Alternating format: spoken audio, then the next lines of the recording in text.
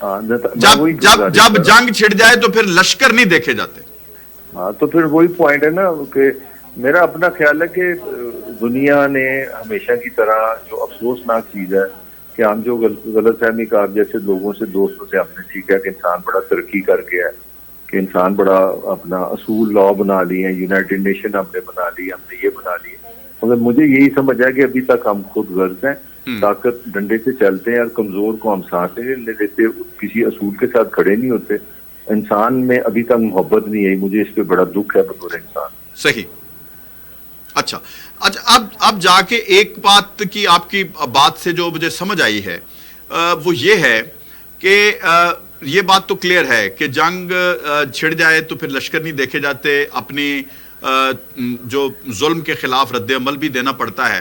ایک اور فائدہ اس میں ہوا ہے جو میں سمجھتا ہوں کہ دنیا نے جو صرف نظر کیا ہوا تھا اس ایشو سے, جو ہم دیکھتے تھے کہ تقاریر بھی ہوتی تھیں ایران کی طرف سے بھی یا دیگر اسلامی ممالک کی طرف سے, ایون پاکستان کی طرف سے بھی فلسطین کا ذکر کیا جاتا تھا. جب بھی اقوام متحدہ کا اجلاس ہوتا تھا جو تک نہیں رنگتی تھی وہاں پہ, اس کے اوپر کوئی ایکشن نہیں لیا جاتا تھا.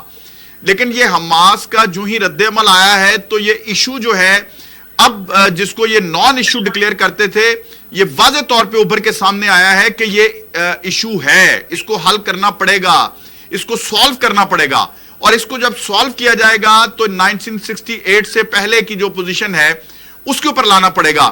اب آپ چونکہ ہسٹری بھی آپ جانتے ہیں, جرنلزم پڑھاتے بھی ہیں اور کرنٹ افیئر سے بھی آپ بخوبی واقف ہیں, آپ ذرا بتائیے ناظرین کے لیے کہ اس کا حل کیا نکلے گا, آخر کار ٹیبل پہ بیٹھنا پڑے گا. مجھے تو میں تو بڑی نیگیٹو بات کرنے لگا ہوں, آپ کو ہو سکتا ہے اچھی نہ لگے. جی مجھے تو لگا کہ دنیا کے جو طاقتور ممالک ہیں انہوں نے پھر یہی فیصلہ کیا کہ ہم طاقت کے ساتھ ڈنڈے کے ساتھ مسئلہ حل کریں گے. مطلب میں آج حیران رہ گیا ہوں جو مجھے خبر ملی ہے کہ ٹویٹر جو ہے 50 لاکھ, یہ دوبارہ سن لیں, پتہ نہیں یہ میں اس کو کنفرم نہیں کر سکا, ایک جگہ بیٹھا تھا کل, انہوں نے 50 لاکھ اکاؤنٹس بند کر دیے ٹویٹر پہ جس پہ اسرائیل کی تنقید ہوئی ہے. تو مجھے لگا کہ پہلا تو انہوں نے کام یہ کیا دنیا بھر سے سوشل میڈیا پہ انہوں نے اسرائیل کو نا گڈ بوائے بنا دیا. کل آج انہوں نے پابندی لگا دی ہے صحیح کہ آپ فیس بک پہ جتنا بھی سوشل میڈیا, تو یہ ایک چیز بڑا ہی ایک انڈیکیٹر یہ بتا رہا ہے کہ جس کی بحث جس کی لاٹھی اس کی بحث کوئی لاٹھی کیونکہ ان کے پاس ہے. آپ دیکھ لینا, یہ کہ میں چھوٹی سی آپ کو بات بتا رہا ہوں, میں تو بڑا آسانی سے بتایا گیا کہ سوشل میڈیا بن گیا ہے گپ شپ کے لیے, دوست بنانے کے لیے, ہر بندہ اپنا اظہار کرے. تو کل سے انہوں نے ساری دنیا میں پابندی لگا دی کہ آپ کچھ نہیں کر سکتے. مجھے اس سے یہ ڈر لگ رہا ہے کہ اس کا مطلب ہے کہ طاقت جو ہے جو دنیا کو چلا رہی ہے وہ اسرائیل کے ساتھ ہے, اور یہ کوئی اچھی بات نہیں ہے. مجھے اس میں وہی پرانا 48 سے آج تک کا جو 75 سال کا سفر ہے وہ لگتا ہے طاقت کے ساتھ ہی بنا ہے. اصول, انسانیت, جمہوریت, بلائی وہ مجھے نظر نہیں آ رہی. میں بڑی مایوسی کے ساتھ ہی بات کروں. اچھا, مثلا آپ کو یہ مسئلہ کسی حل کی طرف ابھی مستقبل قریب میں کسی نہ کسی کروٹ بیٹھتا نظر آ رہا ہے؟ نہیں, ایک دیکھیں, ایک چیز تو دو تین چیزیں تو انہوں نے اچیو کی ہیں حماس نے. ایک چیز تو انہوں نے جو اسرائیل کا پرائڈ تھا نا کہ وہ دنیا کا بیسٹ ڈیفینس ہے ان کے پاس, وہ تو انہوں نے ان کا ملیا میٹ کر دیا, ایکسپوز کر دیا.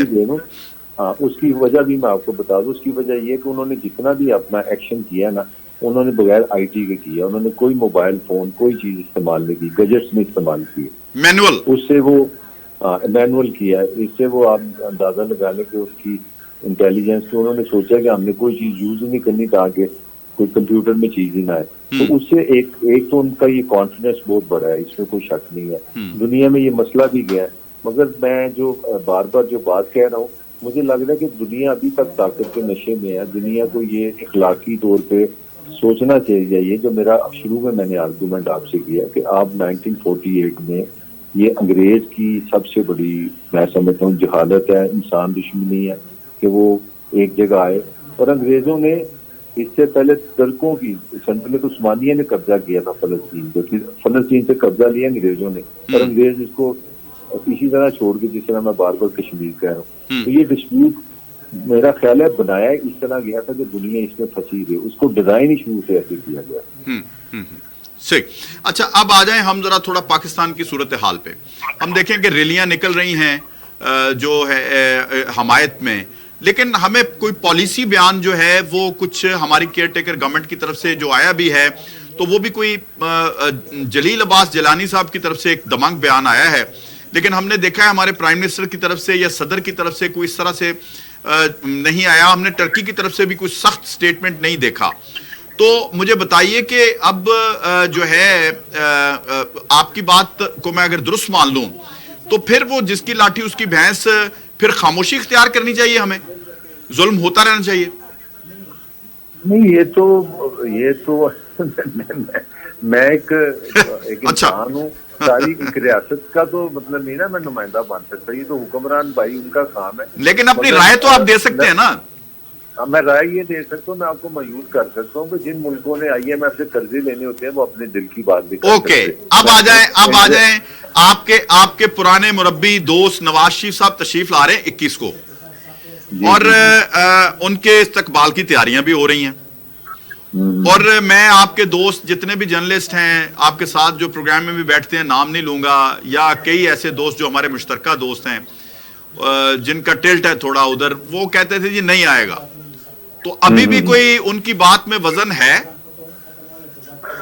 نہیں، میرا نہیں خیال. میرا خیال ہے کہ نواز شریف کا آنا میری رائے میں اس کے لیے ہم سے زیادہ ضروری تھا، کیونکہ اگر آپ 72 سال کے ہو گئے ہیں تو پھر یا تو پھر آپ اللہ تعالیٰ ہر انسان کو زندگی دے، کوئی چیزیں ٹائم کی بھی ہوتی ہیں. پھر آپ کی پارٹی اتنا 4 سال سے آپ آؤٹ ہیں، 72 ایئرز آپ کی ایج ہے، تو میرا نا نواز شریف کے پاس کوئی آپشن نہیں ہے سوائے آنے کے. اگر نواز شریف اب نہیں آئے گا تو وہ کسی صورت پولیٹیکلی زندہ نہیں رہے گا، پہلی بات. اور دوسری بات ہے کہ 99.99% ہی از کمنگ آن 25.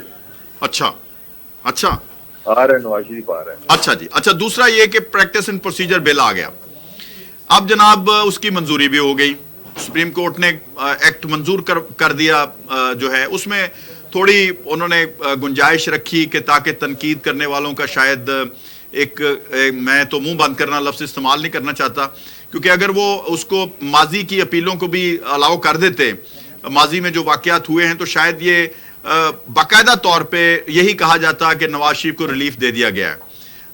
میں سمجھتا ہوں کہ سپریم کورٹ نے اپنی توقیر بھی بچا لی، پارلیمنٹ کو بھی عزت بخش دی کہ ان کا جمہوری حق تسلیم کر لیا گیا، جو قانون سازی کا تھا اس کو بھی تسلیم کر لیا گیا. اب جا کے نواز شریف صاحب آ رہے ہیں، اور دوسری طرف جو ہے پریکٹس اینڈ پروسیجر بل کے فیصلے کے خلاف ایک اپیل بھی دائر کر دی گئی ہے.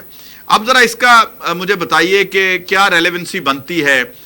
کیا نواز شریف جو ہے وہ تاعمر نااہل ہے ابھی تک، جو کہ اعظم نذیر تارڑ صاحب کہتے ہیں جی ان کی نااہلی صرف 5 سال کی؟ ذرا بتائیے. اچھا رانا سوری شاہ صاحب، میں ایک اینگل جو مجھے سمجھ آ رہا ہے اس پہ میں کمنٹ کرتا ہوں، پھر آپ اس پہ کمنٹ کیجیے. جی پلیز. جو آئی پی پی ہے نا، یہ جو استحکام پاکستان پارٹی ہے، انہوں نے 2 ہفتے پہلے اپنی رجسٹریشن کرائی ہے، کرا لی. تو اس رجسٹریشن میں ان کے چیئرمین کا مجھے آپ نام بتا سکتے ہیں کون ہے؟ جہانگیر ترین صاحب. تو وہ اہل ہے کہ نااہل ہے؟ وہ ظاہر ہے جی، جو اعظم نذیر تارڑ نے بات کی ہے، جب رجسٹریشن ہو گئی ہے تو وہ اہل ہے، پھر اہل ہے. اور جب آپ کسی پارٹی کے سربراہ یا چیئرمین ہوتے ہیں تو اس کا مطلب ہے کہ آپ الیکشن لڑنے کے اہل ہیں. بالکل لیگل بات کر رہا ہوں. اور مزے کی بات ہے کہ 1 انچ کا فرق نہیں ہے. نواز شریف اور جہانگیر ترین اسی 62 جو جس لا سے وہ نااہل ہوئے ہیں، بالکل اسی سے نااہل ہوئے ہیں، اور ایک ہی جج سے دونوں ہوئے ہیں. بالکل ایسے ہی. تو اگر اور تیسری بات آپ کی میں گوش گزار کرنا چاہ رہا ہوں کہ الیکشن کمیشن خود ایک آئینی ادارہ ہے. کئی لوگ کہتے ہیں کہ الیکشن کمیشن کو آپ ہائی کورٹ میں نہیں لے کے جا سکتے. تو آپ کے الیکشن کمیشن نے یہ ایک ڈکلیئر کر دیا کہ جہانگیر ترین صاحب چیئرمین ہیں اور یہ الیکشن لڑ سکتے ہیں. تو اس کا مطلب ہے کہ نواز شریف کے لیے راستے بنے ہیں کہیں نہ کہیں. بالکل ٹھیک ہے. اور یہ اس کا مطلب یہ ہے کہ اسپیکر قومی اسمبلی نے جو آج بات کی ہے کہ انہوں نے تو بڑی کیٹیگوریکلی اور کلیئر بات کر دی ہے کہ نواز شریف کی واپسی ڈیل کے تحت ہو رہی ہے. ہاں، وہ تو پھر پتہ ہی ہے، جو نظر تو ایسے ہی آ رہا ہے. اچھا، نظر آ رہا ہے. اور آپ اس کو انڈوز کرتے ہیں ان کی اسٹیٹمنٹ کو؟ دیکھیں، کچھ چیزیں ہوتی ہیں آپ انفارمیشن کی بنیاد پہ کرتے ہیں، کچھ چیزیں آپ کو ہسٹری بتاتی ہے. ہمارے 75 سال میں جتنے بھی سربراہ آئے ہیں، حکمران آئے ہیں، وہ سارے ڈیل تو ہماری زندگی کا حصہ ہے. آپ کو پتا ہے ٹھیک. ہمارا جو پولیٹیکل کلچر ہے وہ اتنا وہ سویڈن ناروے والا تو ہے نہیں کہ بھائی الیکشن کریں اور آپ جیت گئے. یہاں بے نظیر نے 2006 میں مذاکرات کیے تھے مشرف سے غیر ملکیوں کے کہنے پہ, وہ بھی ڈیل تھی. اس طرح لوگ کہتے تھے کہ عمران خان جو ہے وہ بھی اسٹیبلشمنٹ سے ڈیل کر کے آیا تھا, اس طرح نواز شریف بھی ہمیشہ ڈیل کر کے آیا. تو میرے لیے سوائے آپ اور میرے 2 بندے ہیں جنہوں نے ڈیل نہیں کی. اچھا مینوں یہ دسو ہن تواڈے اپنا مسلم لیگ نواز دے لیڈر جڑے نے, ظاہر ہے ہمارے پاکستان کے چند لیڈروں میں سے ایک لیڈر ہیں, سینئر لیڈرز میں سے, ان کا استقبال کیسا دیکھ رہے ہیں آپ؟ میرا لیے گزارا کر دیں گے, کوئی اتنا مسئلہ نہیں, کیونکہ اصل بات یہ نہیں ہے استقبال, اصل بات ہے کہ ان کی لاٹری دیکھیں نا. پنجاب میں 150 سیٹیں ہیں, ٹھیک ہے جی. اب پنجاب کا 1 2 3 دیکھ لیتے ہیں. پیپلز پارٹی گم میں ہے ہی نہیں. مولانا کہتے ہیں جی وہ صوبہ سرحد میں برف پڑ گئی ہے, وہاں سردی بڑی پڑ گئی ہے, الیکشن نہیں ہونی چاہیے. صحیح. اچھا پی ٹی آئی کا جو لیڈر ہے وہ جیل میں ہے, پارٹی ٹوٹ گئی ہے, کینڈیڈیٹ سارے بھاگ گئے ہیں. الیکشن کمیشن کہتا ہے کہ آپ کو اپنے بلے کا نشان بھی نہیں دینا. تو اس حالات میں جو آپ کا مقابلہ کس کے ساتھ ہے, میں آپ سے اب سوال کرتا ہوں. استحکام پاکستان پارٹی کے ساتھ. ہاں, تو پھر اس کے لیے اس کا مطلب ہے کہ نون کو اتنی پاپولر ہونے کی ضرورت ہی نہیں. وہ آپ صحیح بات, صحیح بات, بالکل ٹھیک. بہت بہت شکریہ جناب طاہر ملک صاحب.